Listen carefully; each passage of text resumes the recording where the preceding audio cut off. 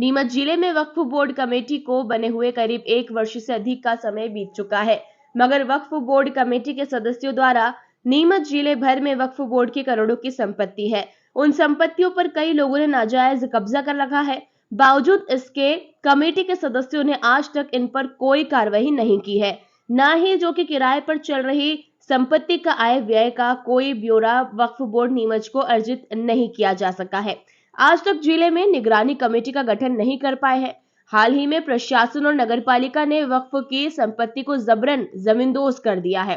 बावजूद कमेटी के मेंबर चुप्पी साधे बैठे हुए हैं, जिसको लेकर पीड़ित परिवार सहित मुस्लिम समाज में काफी आक्रोश व्याप्त है।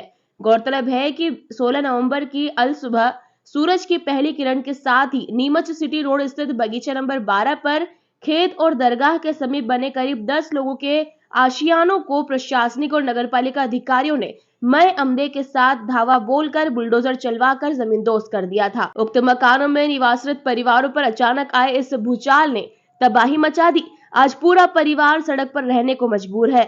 वहीं इनको सड़क पर आए 5 दिन हो गए, मगर इन पीड़ित परिवार के पास आज तक कोई नगरपालिका या प्रशासनिक अधिकारी या कोई भी जनप्रतिनिधि नहीं पहुंचा है। न ही इनकी सुध लेने के लिए वक्फ का कोई मेंबर पहुंचा है। ठंड के दिनों में आज 5वें दिन भी छोटे छोटे बच्चों के साथ परिवार में सड़क पर रहने को मजबूर है। आइए सुनते हैं कैमरे के सामने इन लोगों ने क्या कुछ कहा। यहाँ 200 साल हो गए, बाकी के हमारे 7 पीढ़ी हो गई है। नत्थन बा, कालू शाह, दादू शाह, रहमत अली, नियाज अली, कल्ली शाह, इतने जनी हो गए यहाँ पे क्या। और रही बात, हमारे को सूचना नहीं दिया कि हम तुम्हारे घर तोड़ेंगे और ये तुम्हारे वो लेटर है कि ले लो तुम, हमारे पास कोई भी नहीं आया है क्या। और हमारे घर तोड़ दिए, हम है ना ठंड में ठिठुर रहे हैं और कोई हमारे मतलब ना कलेक्टर ऑफिस से कहीं से भी कोई कुछ भी नहीं आया। हम आवेदन देने गए, कलेक्टर तक बाहर निकल के नहीं आए। कलेक्टर की फर्ज है कि भाई जनता आती है तो उनके आगे आके खड़े होते हैं। काहे के लिए होते हैं कलेक्टर कि भाई जनता के आगे आके खड़े हो। बोले हम मीटिंग में है, सबसे ज़्यादा उनके मीटिंग ज़रूरी है, जनता ज़रूरी नहीं है, क्योंकि जनता वोट नहीं देती है ना उनको। इसलिए क्या कहना तुम्हारी, क्या मांगे तुम? मेरे तो ये मांग है कि मेरे यहाँ घर बना के दे। जो 10 भाई जो घर था, जो हमारे परिवारों को निकाल दिया, वो है 13 के अंदर, खेत है 12 के अंदर। तो इन्होंने कार्रवाई 12 में की थी और 13 में भी कर दी। इन्होंने 12 की कार्रवाई थी, पर इन्होंने 13 नंबर के घर को तोड़ा है। हमारे घर के पीछे और भी घर है। और भी घर क्या हमें सुबह 4 बजे इन्होंने दरवाज़ा खटखटाया पुलिस कर्मियों ने, और दरवाज़ा खटखटा के ज़ोर ज़ोर से चिल्लाने लगे, लात घुसे फेंकने लगे दरवाजे पे।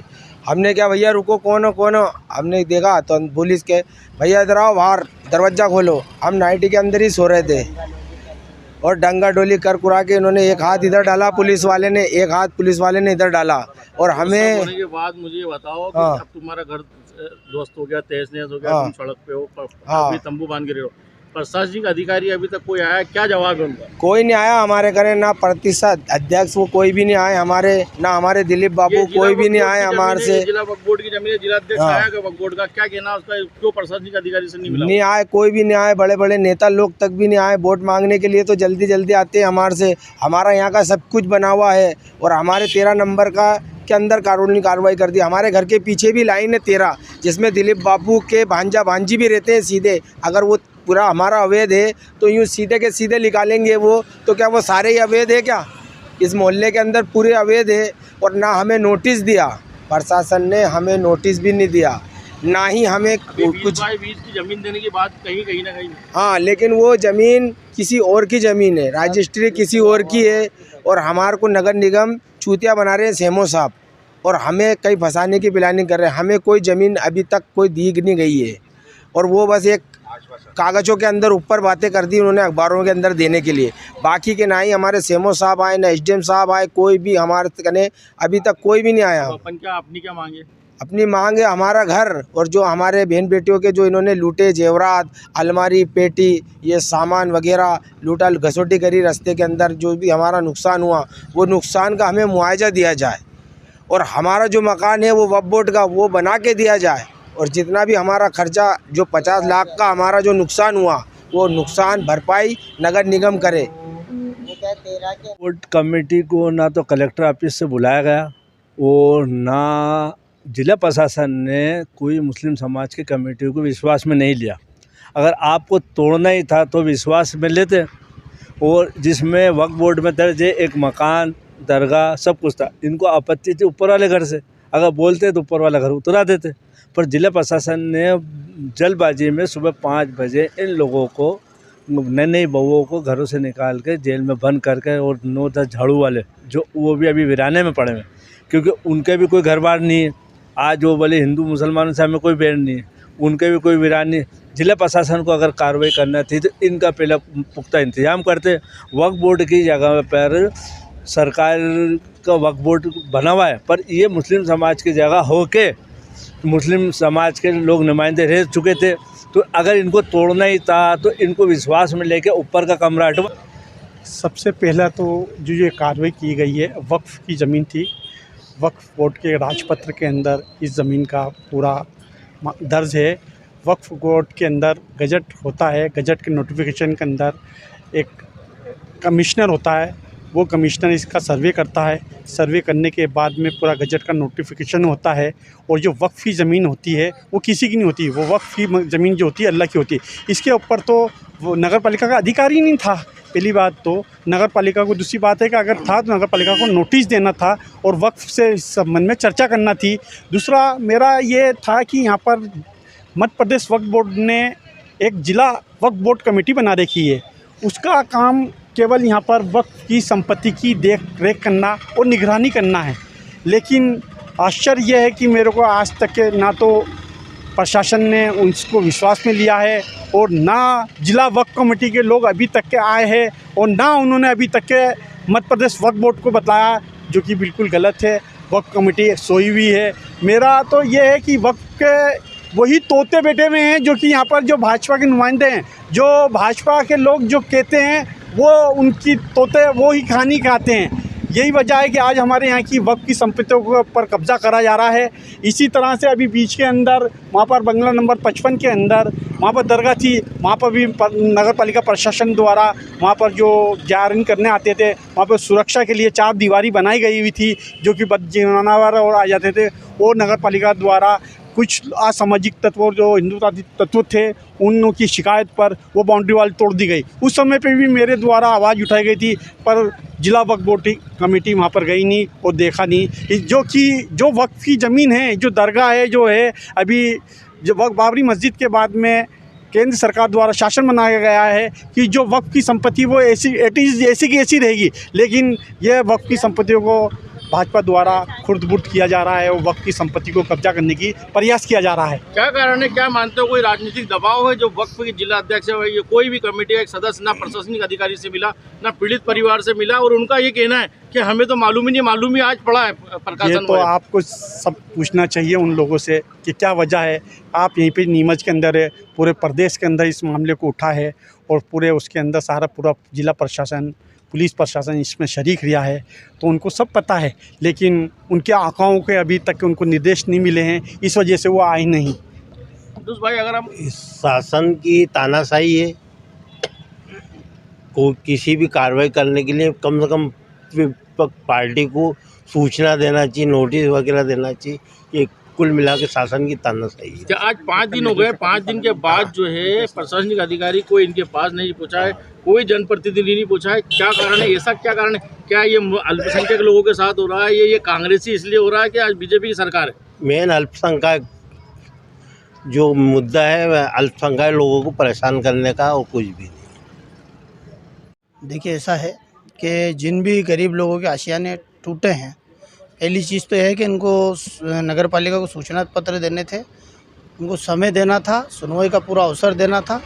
बिना सुनवाई के अवसर दिए किसी का भी घर नहीं तोड़ा जा सकता। सुप्रीम कोर्ट की भी गाइडलाइन है, और अभी विस्तृत गाइडलाइन सुप्रीम कोर्ट ने दी है कि किसी भी मकान को तोड़ने से पहले उसको सुनवाई का पूरा अवसर दिया जाए।